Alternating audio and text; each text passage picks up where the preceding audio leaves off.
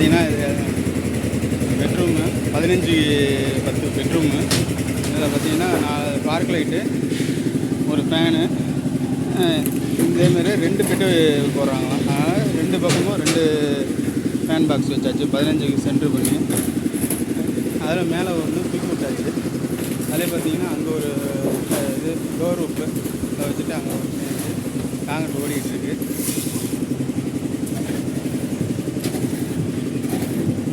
இது வந்து கிச்சனில் அதில் 4 பக்கம் இருக்குது. இதுதான் டிபி பாக்ஸு. ஹாலில் 3 ஃபேன் பாக்ஸு.